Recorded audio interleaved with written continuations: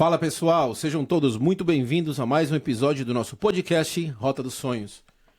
O episódio de hoje é muito especial, daqueles que a gente para ouvir, refletir e sentir a história. O meu nome é Ney e eu fico muito feliz de ter você aqui com a gente. E no episódio de hoje, o nosso convidado é o Wanderson. O Wanderson é um brasileiro que saiu do Brasil há cerca de 2 anos, passando por vários países, enfrentando medo, incertezas, saudade, e chegou aos Estados Unidos com a coragem, com a fé e com a vontade de vencer. Wanderson, seja muito bem-vindo ao Rota dos Sonhos e é uma honra poder receber você aqui. É isso aí, Ney, é uma honra para mim também, tá? Poder participando aqui do podcast e junto com os ouvintes aí, dividir um pouco da minha história, da minha vinda do Brasil à América. Conta pra nós, quem é o Wanderson? Da onde o Wanderson veio? De que parte do Brasil você é, Wanderson? O Anderson é mineiro, né? Pai, sim, mineirinho. Mineiro uai mesmo. Lugar de comida boa? Lugar de comida boa. Pois é, rapaz, sou mineiro, sou de uma cidade chamada Vespasiano. É uma região metropolitana de Belo Horizonte. Moro bem pertinho do conhecido aí aeroporto de Confins, né? E tô naquela região ali. Beleza. Wanderson, como é que era a tua vida no Brasil antes de você tomar a decisão de vir para os Estados Unidos? O que você fazia lá? Qual era a tua atividade lá no Brasil? Sim. Lá no Brasil eu trabalhava com solda e também mexia com vidro. E trabalhava na construção civil em geral, né? Então essa era a minha parte profissional do Brasil. Isso é o que você fazia lá no Brasil. E quando é que surgiu essa vontade, esse sonho de vir, ou se é que foi um sonho de você vir para os Estados Unidos, ou foi talvez uma necessidade que você teve de vir para cá? Quando é que surgiu essa vontade de vir para os Estados Unidos? Sim, é uma mescla, né, de sonho com necessidade. E nessa parte de Minas também vem muita gente para cá, né? Então você vê na região ali de Minas Gerais, o interior de Minas, nós exporta muita gente aqui para a América. O Governador Valadares, entre outras cidades pequenas de Minas Gerais. Então você vai acompanhando, né, a vida dos imigrantes que vêm para cá e você passa também, sim, de uma certa maneira você enxerga também o resultado deles, né, da vida deles aqui. Uns vêm para viver, outros vêm para morar, para ficar, outros vêm para um certo tempo, né, e volta. Então assim, você passa a ver, a enxergar e começa a nascer algo dentro de você também, sabe? Você começa a ver uma oportunidade, talvez. Sim, você vê uma oportunidade e você vê um meio também de você trabalhar e ter um resultado melhor, né? Porque o dinheiro aqui não se compara com o nosso. Então, assim, mesmo que você ganhe pouco aqui na América, quando você vai, né, transferir para o nosso Brasil, acaba aqui é uma quantidade relevante. Então, assim, a gente viu a oportunidade e mesclou necessidade com sonho, né? Eu tinha muita vontade também de conhecer a América, né? A cultura, como é o povo, sabe? E até hoje, tem dia que eu tô aqui ainda e me deparo num certo lugar e ainda não acredito, cara. Falo assim, poxa, tô aqui, realmente tô aqui, sabe? Então é uma sensação, assim, de satisfação, né? Aquela vontade de conhecer é grande. E tive em Nova York, né? Há pouco tempo também. E sempre vou lá, trabalhei lá 1 ano e sempre também vou lá. E, cara, quando eu tô tirando foto ali, pra mim é uma alegria só. É igual como se eu estivesse chegando, como fosse o primeiro dia na América. Então, assim... É incrível, né, cara? Cara, eu já alimentava esse sonho, essa vontade de estar aqui. E também esse lado financeiro também foi algo que me fez tomar essa decisão de vir. Bacana. Deixa eu te perguntar, e a tua família, como é que ela foi? Ela apoiou a tua decisão de vir para os Estados Unidos? Como é que foi essa tua decisão de vir para cá? Foi algo que você, momentâneo, vou embora para os Estados Unidos? Foi algo que você demorou um tempo em tomar essa decisão? Pois não foi algo momentâneo, porque uma viagem dessa muda drasticamente a vida da gente, né, cara? Com certeza. A imigração, ela não é fácil para ninguém. Porque mesmo que você se prepara, que é o correto, né, a pessoa se preparar, né, tem a questão da língua, e muitas coisas que envolvem aí um planejamento, uma mudança de país, cara. Foi algo desafiador para mim, porque família, quando a gente vai falar com família não quer viver longe um do outro, né? Então acaba que é um desafio, ainda mais eu sou casado, deixei minha família lá por um período, né? Para vir trabalhar um período e voltar para o Brasil, regressar. né, alcançar algumas metas no Brasil para que eu possa voltar e ter uma tranquilidade de vida um pouco melhor do que eu tinha antes, né? Mas só que para fazer a família entender, ela entende o lado financeiro que realmente necessita, precisa, mas também já sofre antecipado por essa questão do distanciamento, né? Dessa quantidade de tempo que a gente vai passar fora para poder construir aquilo que a gente planejou. Então foi algo que eu fui trabalhando aos poucos no coração da minha esposa, dos meus filhos, da minha família, para que eles aceitassem, né, a minha vinda para cá. Não foi uma decisão fácil, então você vir para cá? Não. É aquela coisa, né? Pra gente tomar uma decisão dessas aí e pra gente tentar uma melhora, alguém vai ter que se sacrificar por isso, né? Sim. Quer dizer, não é uma decisão que é fácil da gente tomar, mas era uma decisão que tinha que ser tomada, ou da tua parte, ou principalmente do homem, né? Que geralmente o homem é o que sacrifica. É o que sacrifica mais, né? Assim, Sim. não que a mulher não sacrifique, a mulher também sacrifica. Mas, Wanderson, como no início na abertura do nosso podcast eu falei que você passou por vários países na hora de vir para os Estados Unidos. Como é que foi a tua travessia? Como é que foi a tua vinda para cá? Sim, essa viagem é uma viagem longa, né? A minha viagem, ela gastou um período, se não me falha a memória, foi 18 dias, mais ou menos, que eu gastei para estar vindo aqui, para chegar no meu destino final. E é uma viagem, por ser uma viagem que não foi uma viagem com visto, né? Acaba que realmente você tem que atravessar alguns países, né? Então, o meu começo da minha viagem, eu viajei para São Paulo, de Belo Horizonte para São Paulo. E em São Paulo eu fiquei um tempo, porque ali estava ajuntando um grupo de pessoas, né? Até que se completasse esse grupo de pessoas para a gente começar o início da nossa viagem internacional, né? E saí de São Paulo, nós saímos de Guarulhos, e de Guarulhos a gente veio para o Panamá. Foi o primeiro país que eu passei por ele, foi o Panamá. Mas o Panamá foi é só uma conexão mesmo de voo, sabe? Então desci do Panamá e do Panamá eu fui para Costa Rica. E tudo isso dibrando ali o pessoal da migração, essas coisas todas, né? Então tem certo lugar que você para, que você fica um pouco mais, depende muito de uma passagem, quem vai estar, né? Trabalhando aquele dia. Então, assim, é uma viagem longa, que se torna longa por esse critério. Você não está legal vindo com visto, então você acaba que tem que atravessar alguns países a mais.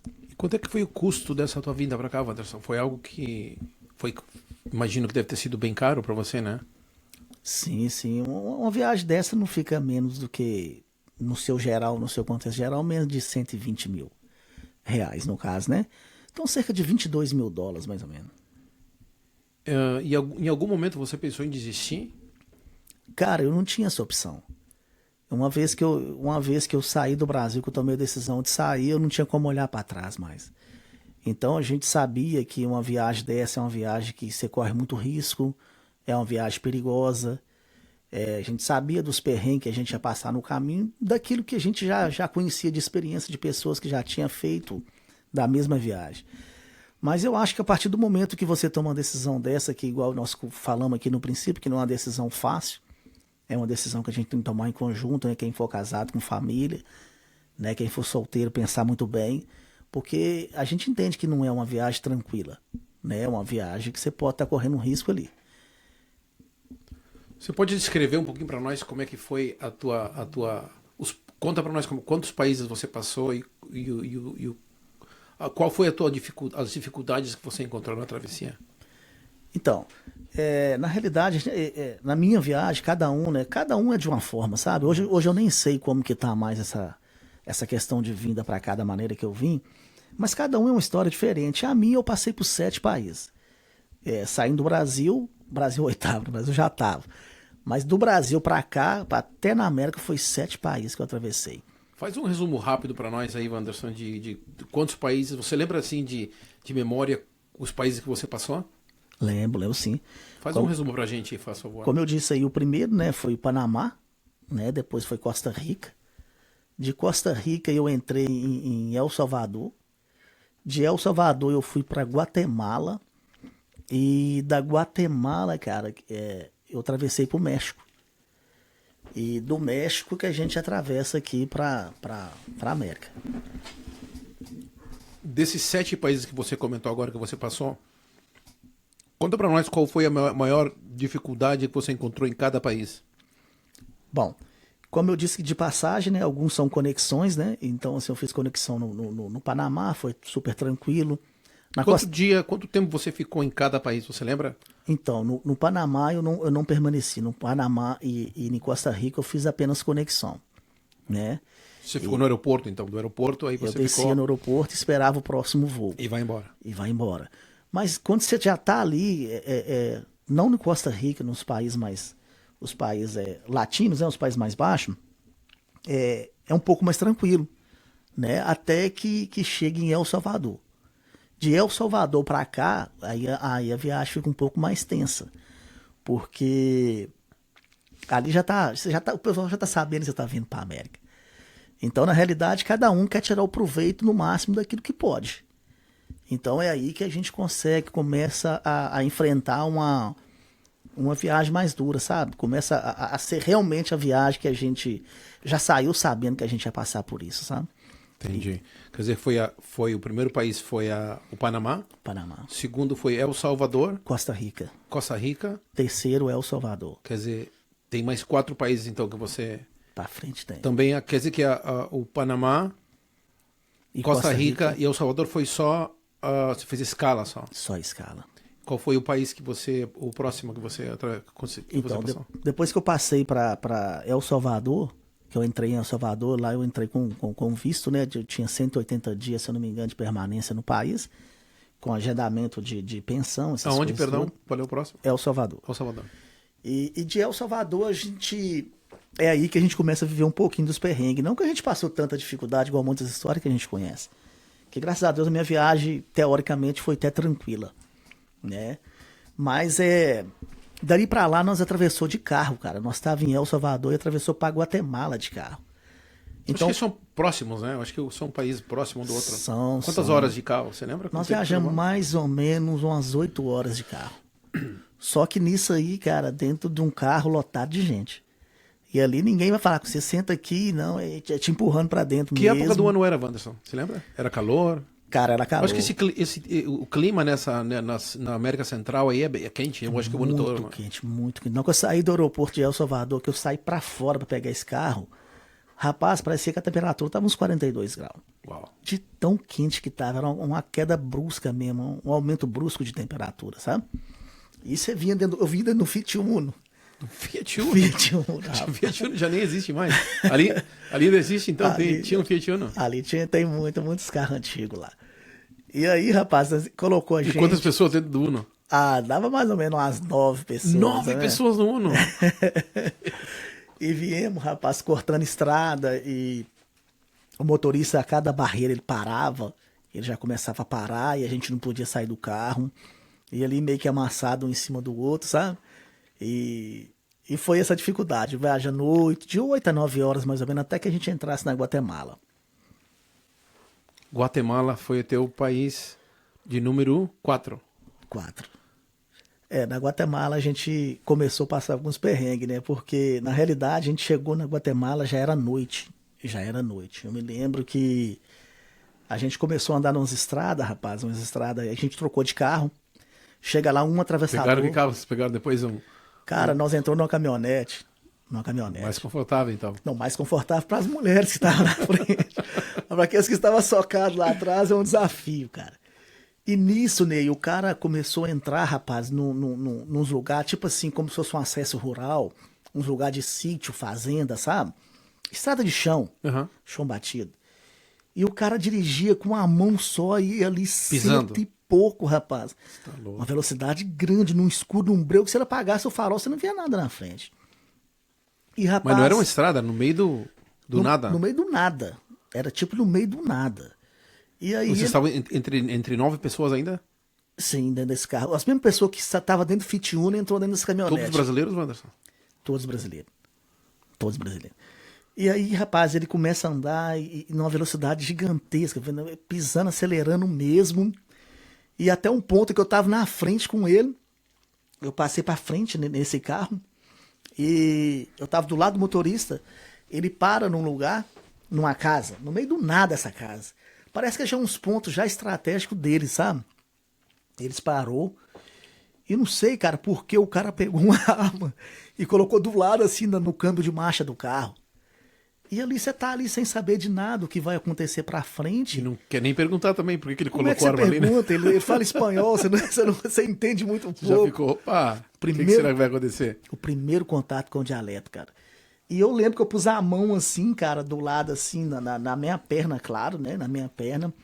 Já esperando uma possível reação dele. Eu não sei o que o cara ia fazer. Você estava do lado dele, então? Tava do lado dele. Nesse momento eu tava do lado do motorista. Que eu tinha passado, sentei do lado. E havia algum diálogo entre vocês e o motorista? Ou Não, nada? ele o tempo todo no telefone, com a mão no volante. E sentando mais mesmo no carro, sabe? Acelerando muito. E ele já conhece muito bem as estradas, cara. Conhece demais a estrada. Os caras é igual o piloto do Velozes e Furiosos, cara. Os caras é bom de volante. E até que ele parou. Ele parou numa casa. Eu lembro que essa casa era tipo no final de uma rua.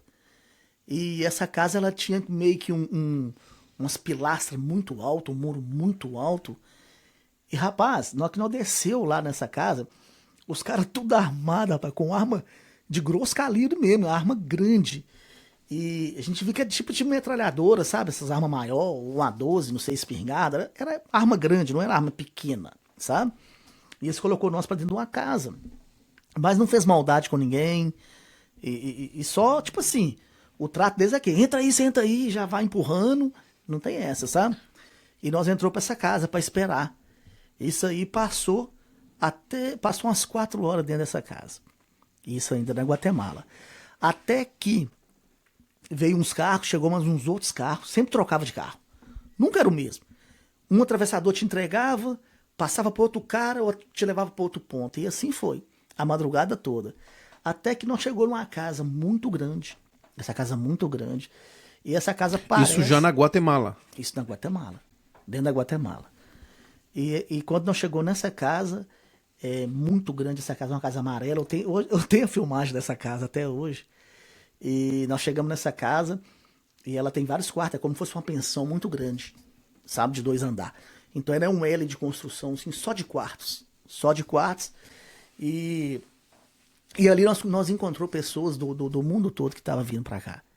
Parece que é naquele ponto que eles queriam chegar ali até o momento da gente atravessar da Guatemala agora pro México. Ali ia ser então o ponto de encontro para começar a fazer a distribuição do pessoal. Para começar a fazer a travessia, no caso. Sim. E vocês comiam? Eles davam comida para vocês? Água? Como é que era? Vocês paravam para comer? Vocês pagavam com o próprio dinheiro de vocês?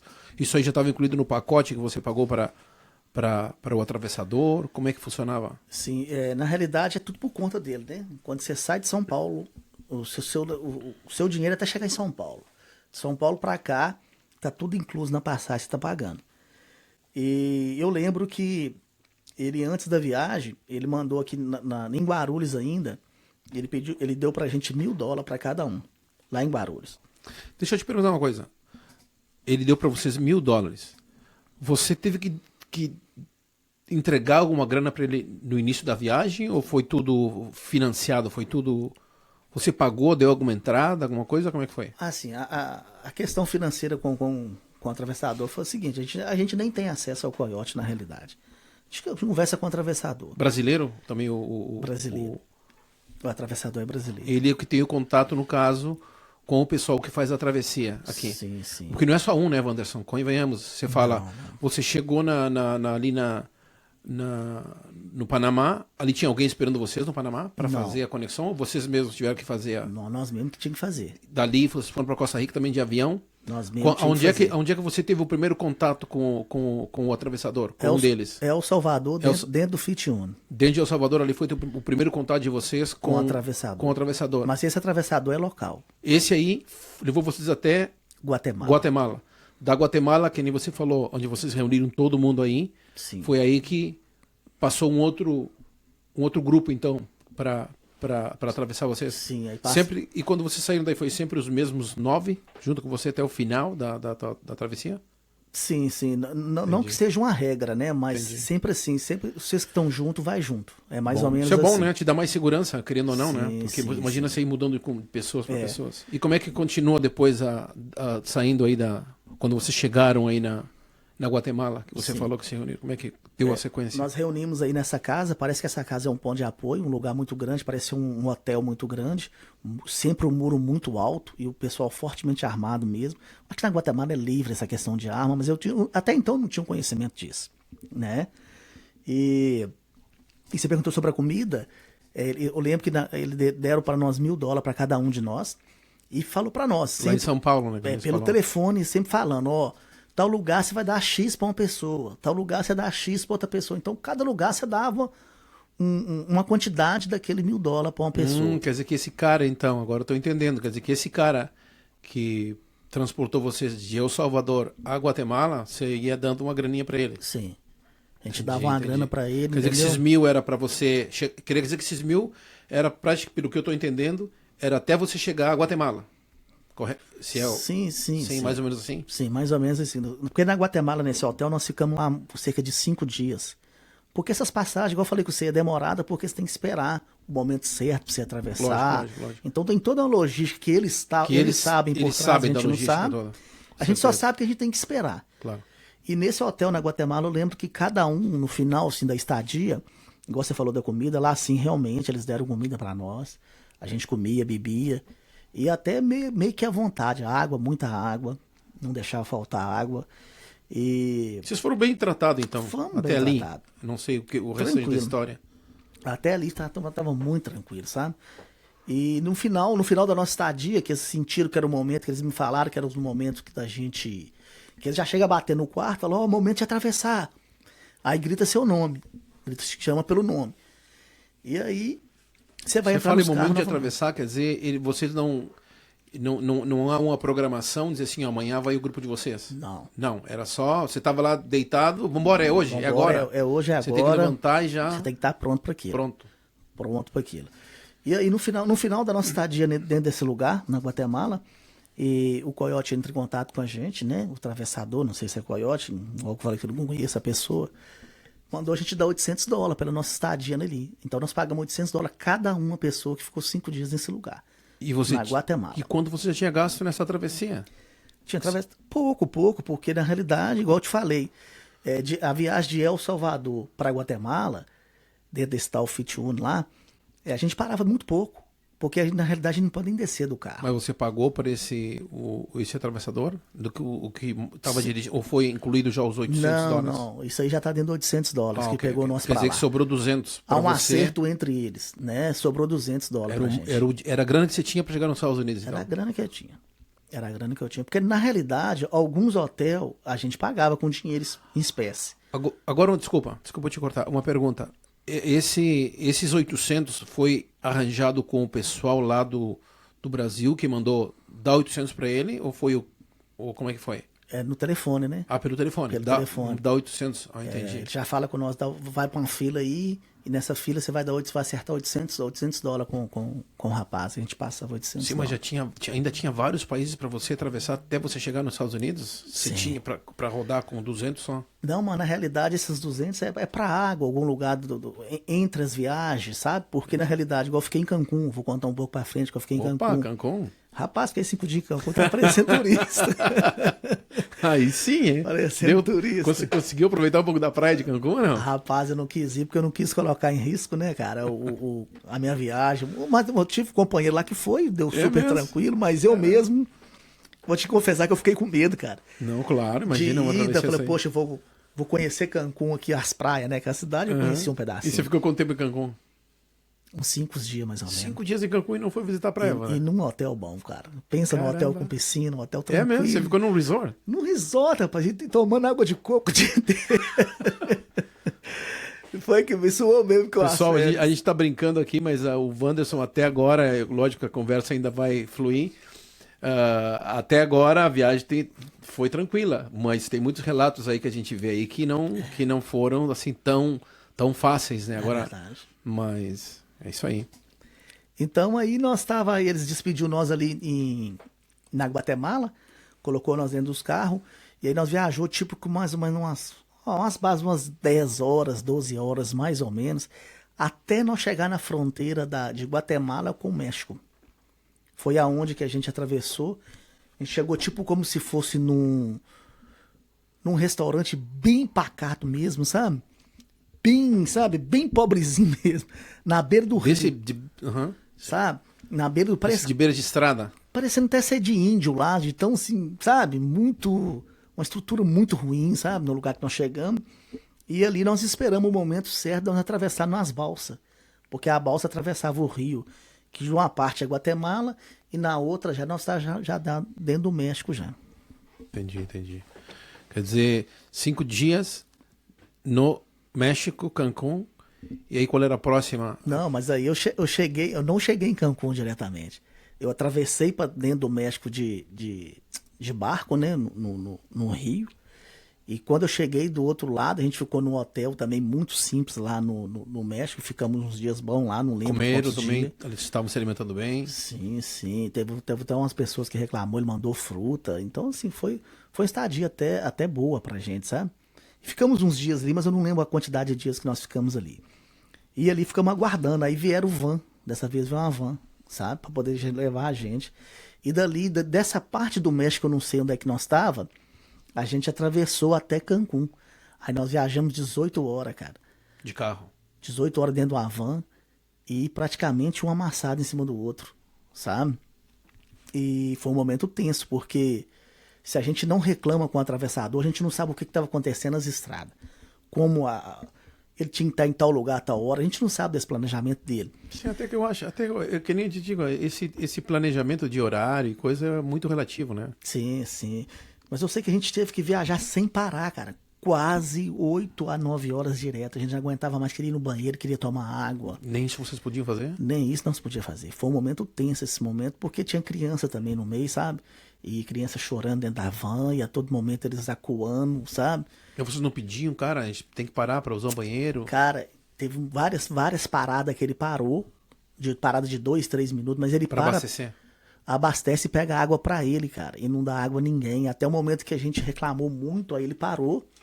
E aí desses $200 que tinha sobrado no bolso, a gente comprou água, né? Demos pra ele foi lá e comprou água. Essa água custava 2, 3, 4, 5, ninguém sabe.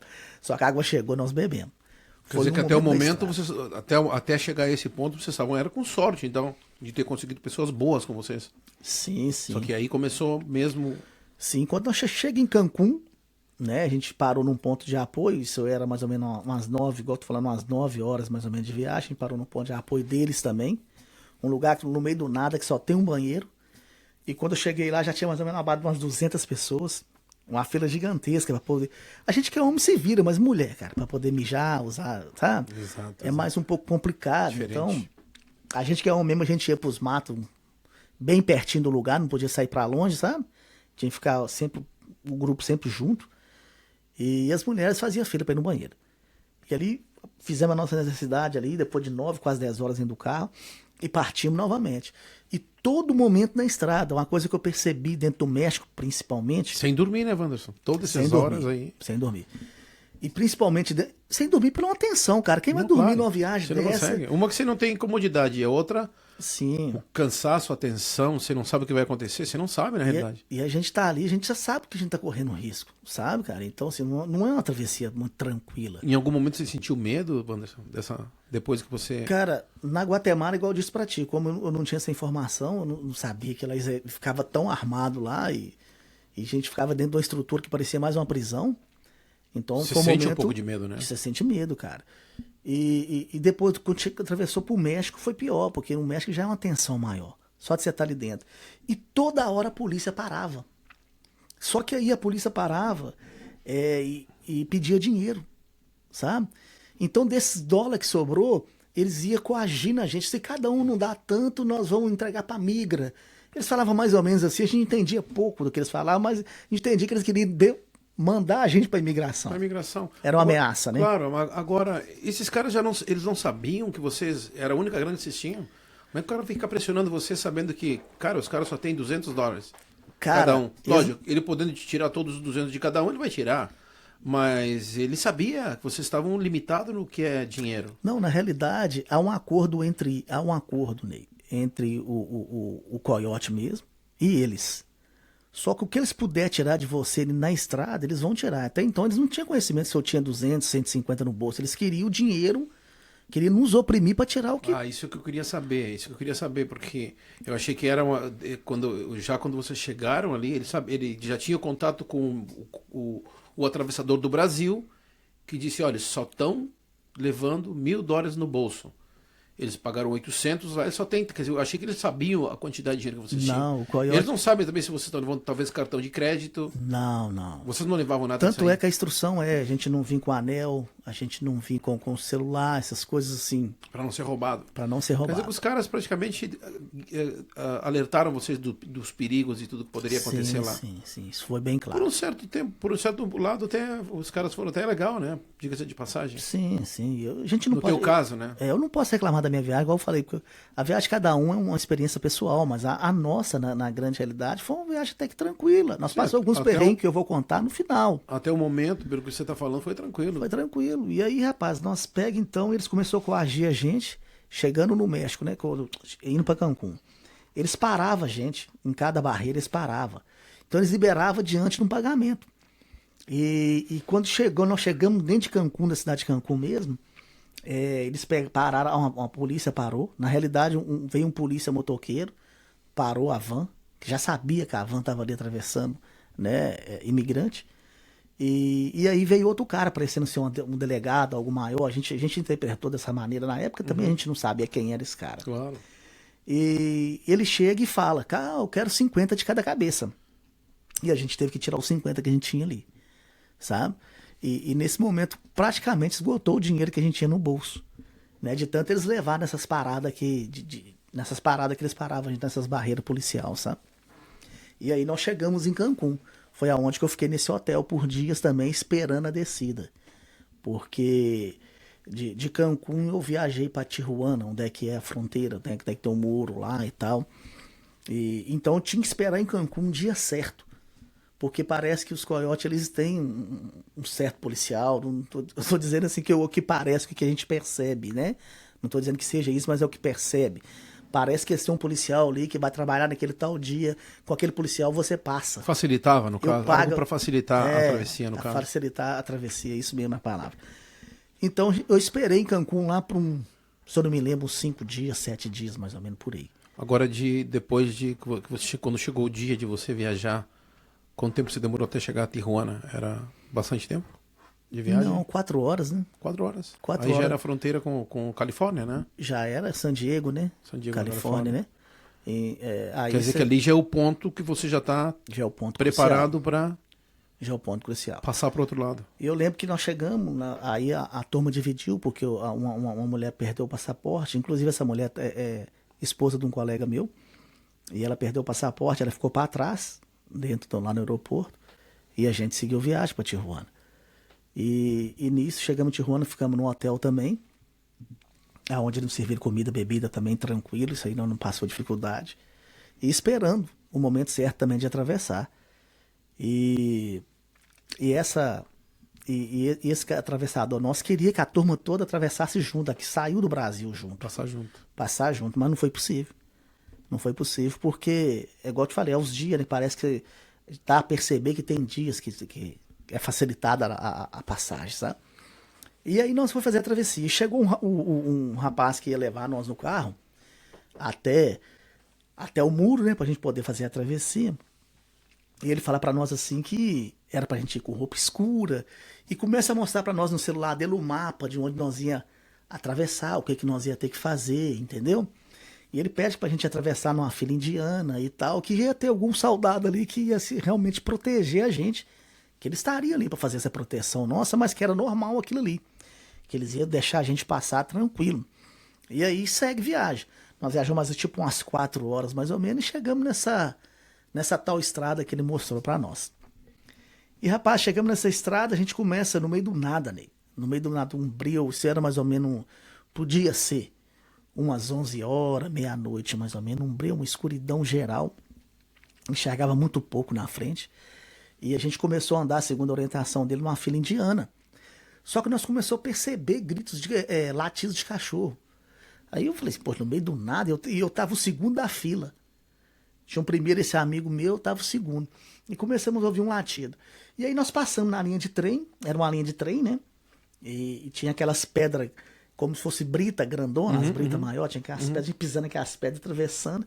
Aí quando nós chegou num certo ponto da travessia, pulou um soldado na nossa frente, com roupa camuflada, igual a roupa do exército brasileiro, semelhante, com arma na mão, mandando a gente deitar no chão. Isso um soldado já... Mexicano. É um mexicano. Mexicano. Pulou um na frente e quando o pessoal olhou para trás, o outro pulou atrás. Nós ficou tipo no meio, né? Acuado entre meio os dois. E eles a todo momento ameaçando e que ia devolver nós para a migra e deitou nós no chão e começou a roubar. Queria mesmo. grana. Queria grana. Porque vocês foram assaltados. Fomos assaltados pelos policial.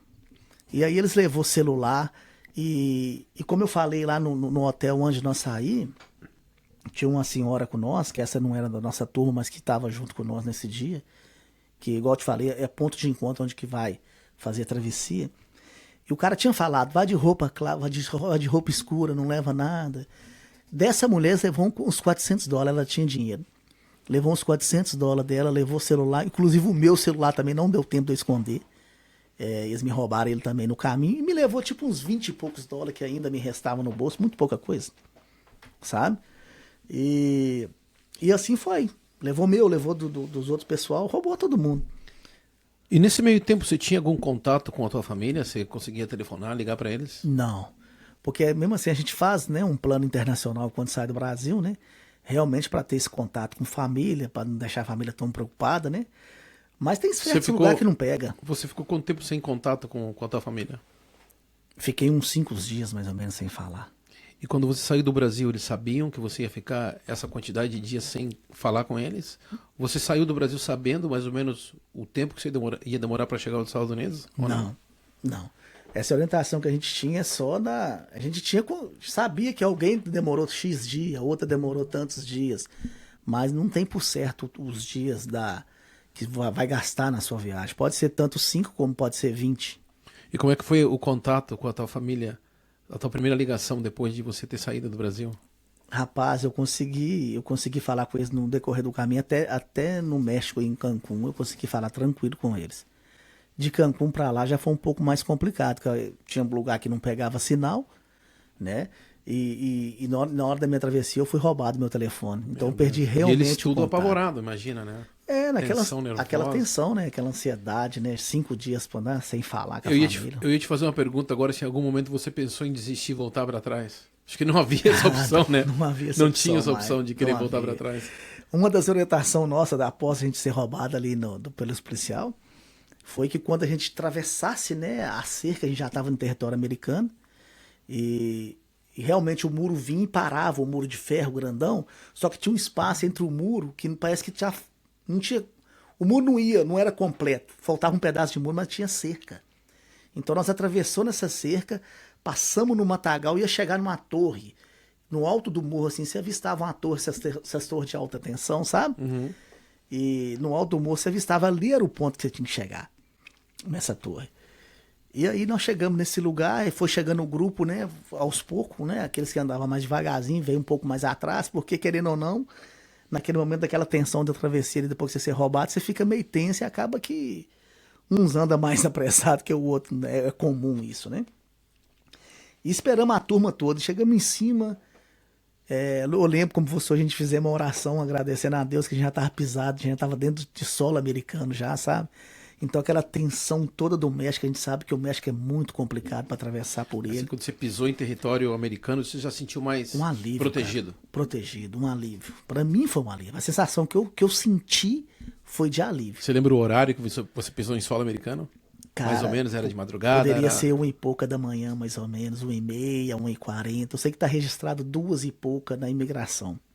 Agora, quer dizer que quando você chegou em solo americano, você já foi preso já então? Não, quando nós chegamos nessa torre, que era o ponto Vocês de foram encontro, presos ou vocês se entregaram? Nós se entregamos. Ok. Sim.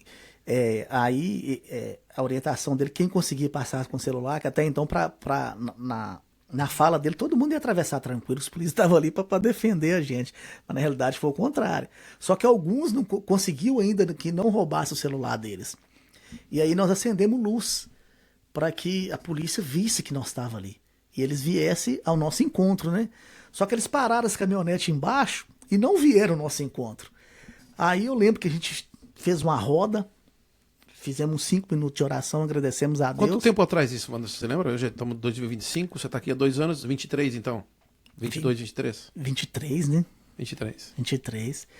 E oramos, agradecemos a Deus e falei com a turma assim, isso foi fala minha, eu falei com a turma assim, gente, vamos fazer o seguinte, já que eles não sobem, e a gente sabia que era a polícia, já que eles não sobem, vamos levantar as mãos e descer até eles. E assim nós fizemos, levantamos a mão pro alto para mostrar que a gente não estava armado, e descemos e fizemos a nossa entrega ali. Os 9? Não, ali já era uma turma maior. Bem maior. Bem maior. Ali era uma turma de uns 30 pessoas a 35 pessoas, mais ou menos. Porque não era só a nossa turma até então. Bacana. Na travessia final. Sabe? Quantos dias durou toda essa travessia, Wanderson? Cara, sim, minha memória não. Porque Mais a ou gente menos, perde mais um ou pouco, menos. mas mais Não, ou lógico. menos 18 dias, mais ou menos. De 18 a 20 dias foi minha travessia.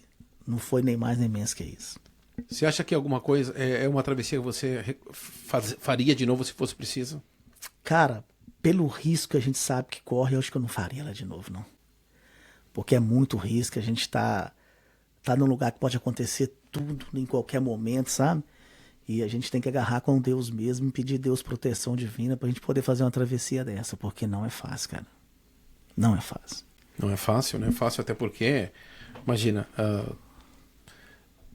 por relatos de outras pessoas que a gente ouve falar, o teu relato você veio tranquilo. O teu único problema aí maior foi o tempo. Foi o final. Não, foi o tempo. Final, né? Tempo de viagem, tempo de Sim. 18 dias. Imagina uma viagem que você pega um avião, você demora 8, 9 horas. 8, 9 horas. Você demorou quase 20 dias. Quase 20 dias. Agora, me conta depois que você foi entregue à polícia, o que aconteceu?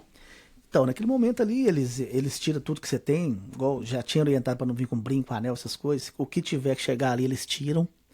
Tira os cadastros do tênis, tira tudo. A polícia americana. A polícia americana. Eles cortam o cadastro e tal. E faz ali já uma pequena. Era uma cidade já ali? É o San Diego, né? San Diego. Já é uma Nós estava ainda numa montanha. Uhum. Na montanha daqui nós Tinha um atravessamos. posto policial, então. Isso, mais abaixo, como fosse, a gente andou mais ou menos uns 20 minutos, tinha um presídio, para onde nós ficou. Então eles levou a gente para esse presídio. Foram o até quê? então, De ônibus, imagina? uma van. Uma van. Foi uma van. A van deu umas 2 viagens para poder trazer a turma, sabe? E eles levam a gente para esse presídio, ali você faz uma triagem. Onde você entrou, o horário que você entrou, quem te trouxe, essas coisas todas, você faz essa triagem. E logo de manhã, como ali você vai encontrar muitas pessoas, né, que também atravessaram, logo de manhã eles te levam para uma tenda.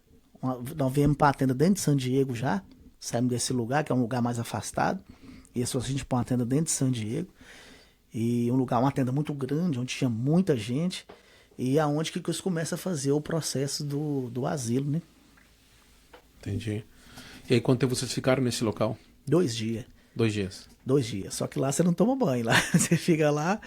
Sim, você mas não toma para banho. quem já vem 18 dias 18 numa dias viagem, na estrada. entendeu? Você ficar 2 dias sem tomar banho, isso aí é o mínimo que poderia acontecer com você. Sim. Você Não fica. Isso aí é o mínimo. Agora, depois, o que eles falaram? Vocês entendiam alguma coisa? Tinha alguém que falava espanhol? Tinha alguém que se comunicava com vocês em português aí dentro? Alguém dos que foi com vocês aí, eles falava inglês? Como é que foi a comunicação com a polícia americana? Sempre tem um intérprete, né? Sempre tem um intérprete, uma pessoa que fala ali outro idioma. E a gente deu sorte que tinha um que falava português. Então a gente falava com ele português, ele falava inglês com os policiais. Quer dizer, vocês ficaram aí 2 dias. 2 dias. E depois que vocês saíram daí, sem grana, sem dinheiro, sem nada? Sim. Aí eles levam a gente, no caso, eles deixam a gente, né, num abrigo, onde que parece que é uma ONG. Nossa, eu pude pôr uma espécie de uma igreja, no lugar da igreja católica, aonde como se fosse uma ONG que eles dão Ajudam as pessoas, o primeiro guiam as pessoas. suporte, né, para Entendi. pessoa em solo americano, sabe? Vê que a igreja, em todos os lugares, a igreja está sempre ajudando as pessoas, né, cara? Seja a igreja católica, seja a igreja evangélica. né? Você vê a importância, estão aí sempre né? apoiando, né, a importância da Isso foi legal. igreja. Isso foi E a bacana. gente ficou lá nesse hotel da igreja, tudo por conta deles também. E até que o contato nosso, né, comprasse a passagem para a gente poder. É um lugar só de passagem, não é um lugar de permanência. Qual era o teu destino final? No qual foi o teu trato com o atravessador quando você Então, saiu do Brasil? Meu destino final era Newark, né? Ok. Era Newark. E depois de quanto tempo você foi para essa ONG? Você falou, essa igreja, esse local aí que ajuda as pessoas.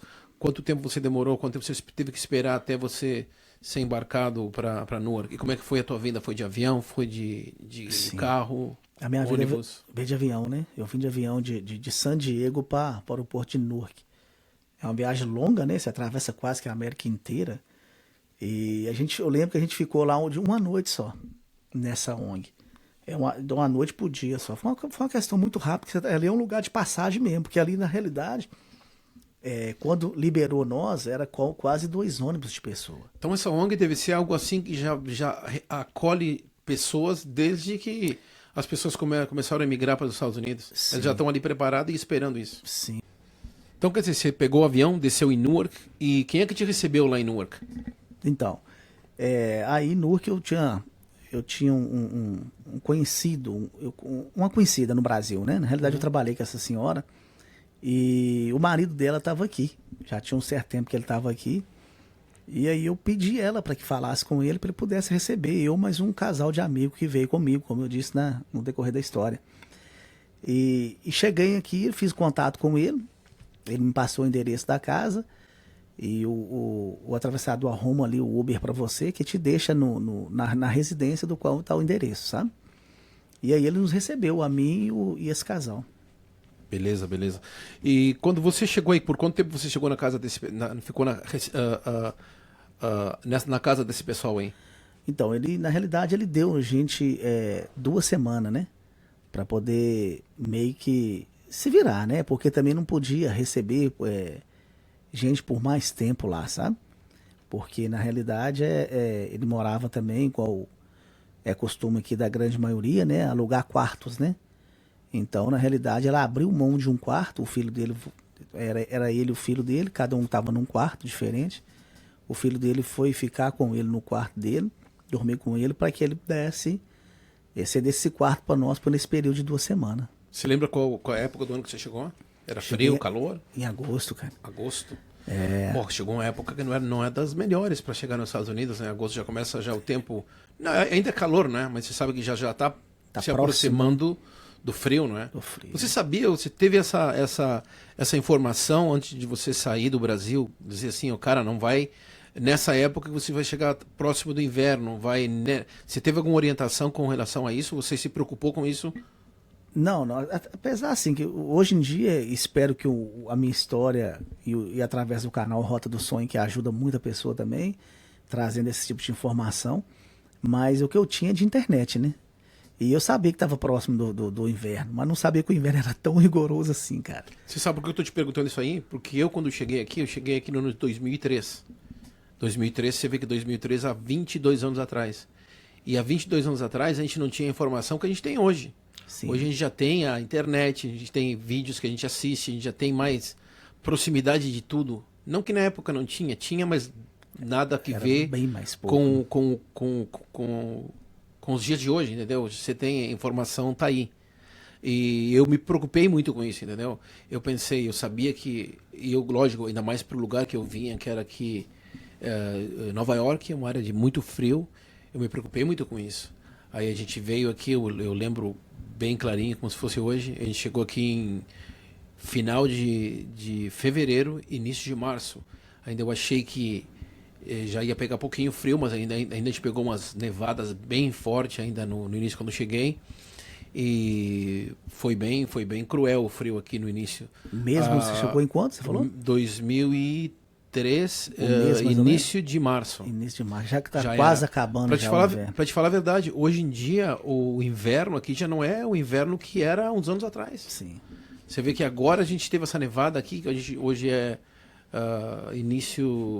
metade do mês de dezembro, já quase chegando janeiro. A gente teve essa nevada forte aqui, mas há anos atrás as neves eram bem mais cruéis do que são agora. Quer dizer, eu me preocupei muito com com o fator clima, entendeu? Até porque eu queria chegar aqui trabalhando, eu não queria chegar aqui e ficar em casa.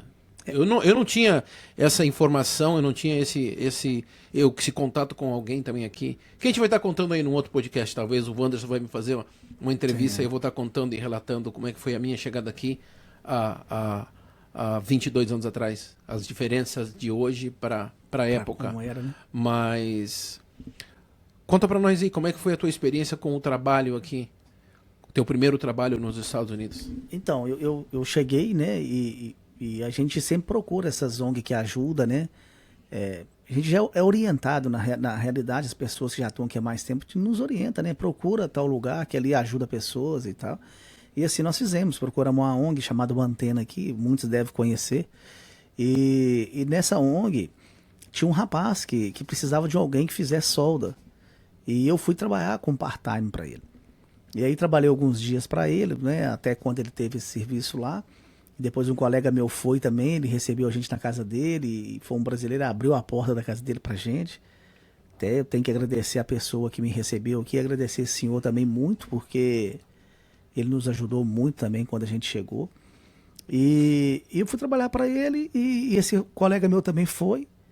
Ele precisou desse colega meu também para fazer uma limpeza lá, ele fez. E daí ele já arrumou outro trabalho para esse colega meu na construção, e esse colega meu me levou para construção também.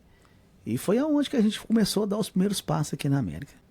Solda foi o teu primeiro trabalho, então. Você começou a trabalhar como soldador aqui, que era o que você exercia já lá no Brasil, Sim. né? Teu primeiro contato. Você teve sorte, então, de ter esse primeiro pontapé inicial, digamos assim, no trabalho, foi na tua área. Sim, sim. E hoje você continua nesse mesmo ramo de trabalho? Não. Eu tive assim, graças a Deus, quando eu cheguei, né, foi o que abriu a porta para mim, que me fez conhecer esse senhor. Deus prepara tudo certo, né, da maneira correta.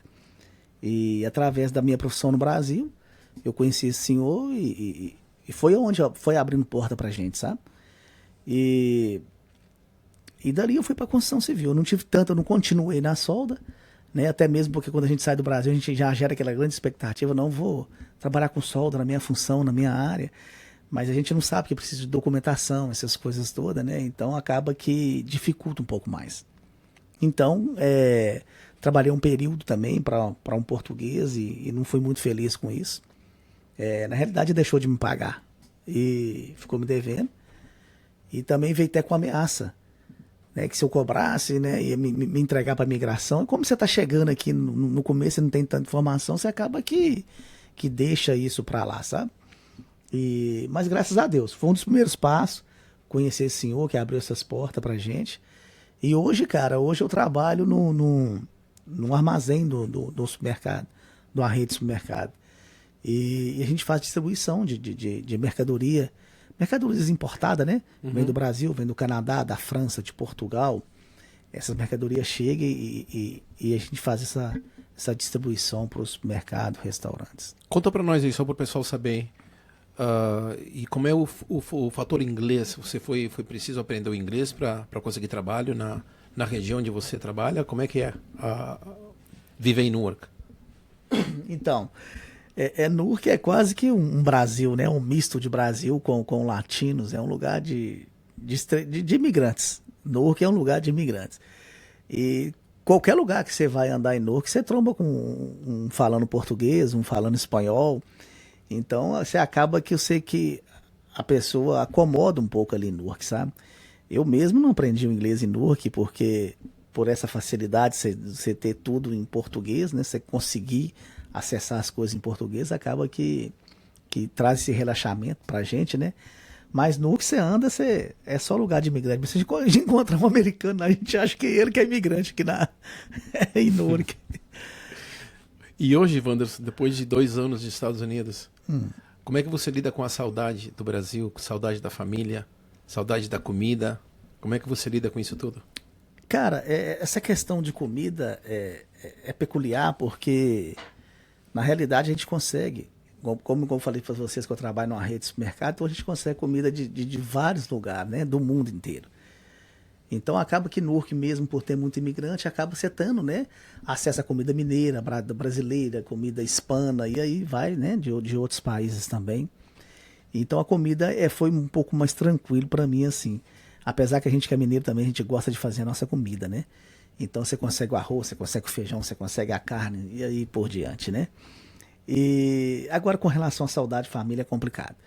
Aqui é um lugar que, tipo assim, cara, eu vejo assim, só um lugar que se você deixar realmente o coração fica falando demais, você vai embora, né, antes do tempo, né? Que a saudade, ela é muita, a saudade aperta. Você tem, igual o meu caso, que eu tenho família, tenho esposa. Então, assim, eu gasto meu tempo aqui na igreja, vou na igreja no final de semana, eu vou pro campo de futebol, que eu gosto muito, e são aonde que eu vou suprindo ali essa questão, porque quando você tá sozinho, cara, a saudade grita alto dentro de você, cara. Então, você tem que ter umas portas de escape aí para não deixar que isso toma conta. E tá vindo aí uma data, né? Tá vindo aí Natal, que Natal você começa a ver aí nas redes sociais o pessoal lá no Brasil, no seu lugar, e posta foto de reunião de família, todos encontram lá. Aí, cara, se você não tiver cabeça firme, esses tempos aí os tempos pior que eu acho, sabe? São datas bem emotivas, né? Sim, sim. Mas eu acho que o mais interessante de tudo é que você está num trabalho agora onde você trabalha o ano todo. Sim. Eu acho que um dos grandes problemas aqui nos Estados Unidos para quem trabalha, principalmente no que é a área da construção civil, é que chega essa época do ano no frio, você não tem trabalho. Você não tem. E eu acho que eu acho que o pior aqui é você ficar no inverno sem trabalho. Imagina você estar aqui, longe da tua família, longe de todos, e ainda sem trabalho, em casa, você pira. No primeiro ano meu, eu passei por isso, né? Essa questão. No negócio falou, construção civil, infelizmente, não é porque eles queiram, é porque a condição do clima não favorece. Então não tem como trabalhar na época de inverno aqui. Chuva, neve, então, porque geralmente a gente trabalha por lá de fora, quem trabalha por lá de fora, chegou esse tempo e não trabalha. Então, no meu começo aqui, eu passei por isso também. Tive que ficar alguns dias em casa, e é nesses dias que a solidão bate pior. Porque você tá cheio de compromisso, você tá no início cheio de compromisso, e acaba que aquela falta daqueles dias que você fica em casa faz muita falta, e o emocional começa a falar um pouco mais alto, cara. Conta pra nós, como é que é o clima lá no Brasil? Como é que foi a tua adaptação a sair de um clima quente, que é o teu país, e chegar nesse inverno cruel aqui dos Estados Unidos? Eu acho que um dos maiores desafios aqui de quase todos que a gente conversa aqui é realmente o inverno. Porque o calor é parecido com o Brasil mesmo, né? Chega a ser um pouco até mais quente, eu acho que é um pouco mais quente. Mais seco, né? Mais seco o clima, sabe? Agora o inverno realmente é rigoroso. E conversa com pessoas igual você que já tem muito tempo aqui, fala pra gente ainda, igual você falou antes aí, que ainda não é o tempo igual era antigamente aqui. Então, mesmo não sendo esse tempo, a gente que não está acostumado, a gente passa muita dificuldade. E tem hora que a gente que é brasileiro ainda gosta do chinelo havaiano e da bermuda. Tem hora que os amigos têm que nos alertar, cara. O cara sai pra fora no frio de chinelo, de bermuda e casaco, né? E realmente é a realidade. Mas é engraçado. Cara, você vê um brasileiro nos Estados Unidos caminhando na rua de chinelo, de bermuda e casaco, é brasileiro. Você vê uma pessoa andando dessa forma. Andando dessa forma aí, ele é brasileiro. Os amigos hispanos falam comigo. Eu vi um brasileiro ali tá de bermuda e casaco. Porque aqui é o seguinte, dentro de casa, o clima, pelo aquecimento que a gente tem, é quente. É quente. E te passa a impressão. Eu moro aqui há 22 anos e às vezes eu tenho a impressão que lá fora tá quente. Porque dentro de casa você tá confortável, entendeu? Aí você sai lá fora, você leva aquele choque térmico. Mas custa um pouquinho a você se adaptar ao clima. E você já está adaptado a esse clima? Você acha? Acho que a gente nunca se adapta ao clima, não é? Adaptar 100%. Se acostuma, não, né? mas se acostuma. E também tem estratégia, né? A gente vai aprendendo estratégia com os amigos, vai conversando, a gente vai entendendo que existe meios também da gente amenizar, né, essa situação do clima. Até mesmo eu não sabia, porque a gente queima muito essa parte da maçã do rosto, cara. Como eu ando 25 minutos para chegar no trabalho, para ir 25 para voltar, então eu ando assim... Nevou, tá aquele bloco de neve no chão, começa a ventar e bate, pega no rosto, onde é o lugar que tá quase sem proteção, queima, cara. Queima. Eu sei. E aí o cara me falou, pô, você passa vaselina, cara.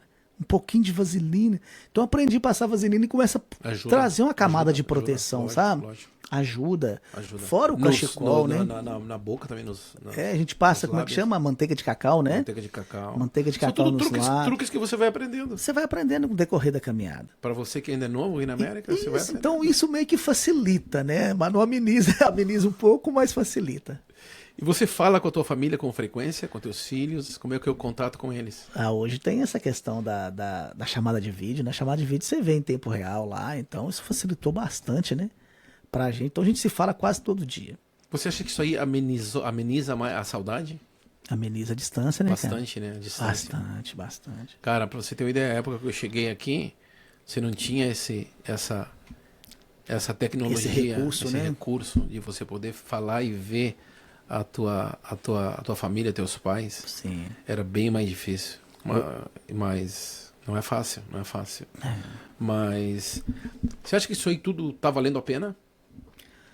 Cara, voltando ao princípio de partir lá de trás, a gente não tem por que voltar. Você pôs o pé na estrada, você tem que seguir em frente. Então você tem que fazer valer a pena, sabe? Eu sempre falo para uns colegas meus que a gente conversa, a gente tá mais próximo no dia a dia, trabalhando junto, a gente fala que você tá na América, você tem o poder de consumir muita coisa, você tem poder de ter as coisas que você às vezes não tinha acesso no Brasil, não porque às vezes você não tinha condição, mas que você tinha outras prioridades, né? Você não pode se perder no meio disso tudo. Você tem que focar, né, prosseguir aquilo que foi planejado, que foi acordado entre você e sua família, que é o meu caso, e fazer isso valer a pena. Para que tudo que eu passei, que eu contei até aqui agora, no final você fala assim, poxa, valeu a pena. Por mais que foi difícil, mas valeu a pena. Então, para mim, eu acredito que tá valendo a pena. Você tem que fazer valer a pena. Sim, sim. Você tem que fazer valer a pena. Juntar que nem o teu caso foi vir aqui para... Você sacrificou. É que nem eu costumo falar assim, ó. Quanto mais você encurtar o teu tempo aqui, é melhor para você. Sim. Não é? Eu digo, quanto mais tempo você puder trabalhar, quanto mais dias você puder trabalhar, é melhor para você. Sim. Um dia mais para quem fica e um dia menos para quem vai embora. Sim. É o que eu costumo dizer. Mas e você até... O que você tá com? Qual o teu sonho hoje em dia? Qual a tua meta aqui nos Estados Unidos? Quanto tempo mais você pretende ficar aqui? Então, né, eu tenho algo a concluir ainda no Brasil, que dentro daquela programação que eu fiz quando eu vim para cá. Eu ainda não consigo calcular tempo, sabe? Tô pedindo a Deus que seja o mais breve possível, sabe? Sei também que eu não vou demorar muito tempo, porque essa questão de família é muito complicada. A gente que é homem, né? E para quem tá lá, para quem tá aqui, é complicada a situação, né? Se apartar da sua família assim. Então você tem que, igual você falou, aproveitando o máximo, né? Eu sigo esse princípio, né? Precisa de mim no final de semana, eu tô disposto a ir. Mesmo que eu tô cansado ali, eu não vou ir, vou trabalhar. Ontem mesmo eu lá que fiz meio-dia no sábado. E fiquei lá até mais tarde, até 4 horas sozinho lá dentro trabalhando. Então assim, poderia estar em casa. Mas falei, não, você tem que pegar, aproveitar essas oportunidades para que você encurta mesmo esse tempo, sabe? Mas ainda eu não consigo fazer um cálculo assim, de falar assim, X dias, porque a gente não sabe realmente o que vai acontecer ainda, sabe? Mas de uma coisa eu sei, que eu trabalho para que seja o menos possível. Você em algum momento pensou ou já conversou com a tua família, talvez em trazer eles para cá? Então, isso essa vontade de vir para a América partiu só da minha pessoa mesmo, sabe? E claro que a gente vê a situação que tá atual do nosso país, não é boa. E nem com relação às futuras também parece que não estão sendo muito boas, sabe? Mas a minha vontade era que eles viessem. Eu falo isso para minha esposa. A minha vontade é que eles viessem para cá e a gente pudesse viver uma vida mais digna aqui, sabe? Mas não é algo que eles querem. E pelo esse compromisso que eu firmei com a minha família, então é uma coisa que mesmo que eu queria que eles viessem, mas eu acho que não vem. Não é uma decisão assim fácil para eles. Agora você teria vontade de ficar morando nos Estados Unidos? No caso, se você tivesse... E eu não voltaria mais. Porque, assim, poder voltar para poder passear, claro, a gente tem familiares lá, né? Essa coisa toda, eu queria. Mas eu queria morar com a minha família aqui, se a minha família quisesse, né? Claro, vi. Aonde o Wanderson se vê daqui a 3 anos? Mais ou menos 3. Aonde é que você Cara, se vê? eu me vejo assim como pessoa, como profissional, em Como qual área. pessoa, como profissional. A minha meta com a minha família, que é um dos grandes objetivos, e hoje eu posso abrir isso aqui, é a questão, eu me vejo no Brasil, né, daqui a 3 anos. E assim, dentro daquilo que eu planejei, né, porque a minha meta era vir para cá, fazer algumas construções no Brasil, sabe? Viver de um comércio no Brasil, sabe? Para que não seja tão sacrificial no corpo, assim, trabalhando muito com o corpo, sabe? E que eu conseguisse tirar uma renda para mim, para minha família dali, daquele ponto, daquele local. Então eu me vejo trabalhando, porque tudo que a gente vê pela frente é pelos olhos da fé, né? Então eu me vejo trabalhando junto com a minha família e do nosso local de trabalho, que é a minha oração a Deus, que eu tirasse, né, a renda minha e da minha família desse local. Mas já trabalhando, como você falou, já trabalhando menos fisicamente. Fisicamente. Lógico, essa Essa é a minha é o meta. melhor pensamento que você pode ter, até porque os anos vão passando. É o que eu costumo dizer aqui, quando você vem para cá, você tem que aproveitar o teu físico. E lamentavelmente você vem para cá, você não fala o idioma, é ou não é? Você não fala o idioma, você tem que usar o que? O teu físico. Serviço Você não vai vir pesado. para cá e vai trabalhar no escritório. Muito difícil. Você tem que vir para cá, você tem que encarar o trabalho da construção, você tem que encarar o trabalho no restaurante, você tem que encarar esses outros tipos de trabalho. Mas lógico, o teu raciocínio é o melhor, é o que eu também pensava quando eu vim para cá. Quando eu vim para cá, nunca foi vir para cá para morar, sempre foi com a intenção de voltar pro Brasil. E também a ideia era essa, a ideia era vir para cá, trabalhar no pesado, porque era construção, você não fala o idioma, você tem que encarar o que tem, entendeu? E o que tinha na época e o que tem hoje, para quem não fala o idioma, hoje até que mudou um pouco, tem outras opções, não é? Mas na época não, a época era construção. E eu também, o meu pensamento era esse, voltar para o Brasil para trabalhar no meu ramo, na minha atividade que eu fazia no Brasil na época, mas só que trabalhar com algo meu próprio. Isso era a intenção. E tá dando para você realizar o teu sonho de construir alguma coisa no Brasil? Você tá conseguindo o teu objetivo? Sim, eu tô ainda dentro do esperado, sabe? Tem conseguido, com dificuldade, mas tem conseguido, graças a Deus. Tem tentado aproveitar ao máximo, sabe? Daquilo que o trabalho aqui tá me proporcionando, né? Beleza, mano, beleza. Bom, pessoal, queria agradecer a todos vocês aí e agradecer também ao Wanderson por ter aí aceitado o nosso convite de participar do nosso podcast Rota dos Sonhos.